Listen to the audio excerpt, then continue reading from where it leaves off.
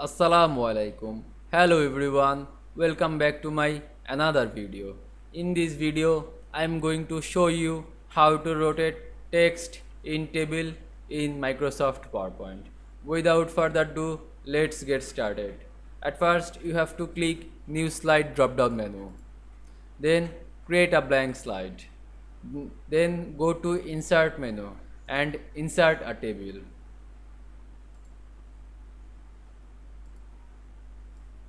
Now write anything this table.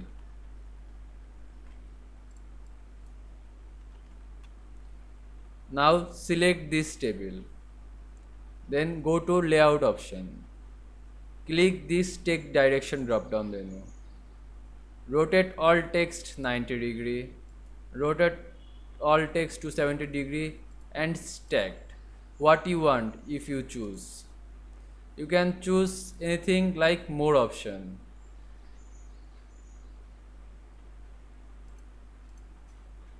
Here are text direction option, order in lines, etc. I hope you enjoyed my video. Please like, comment, share and subscribe my channel. Thanks for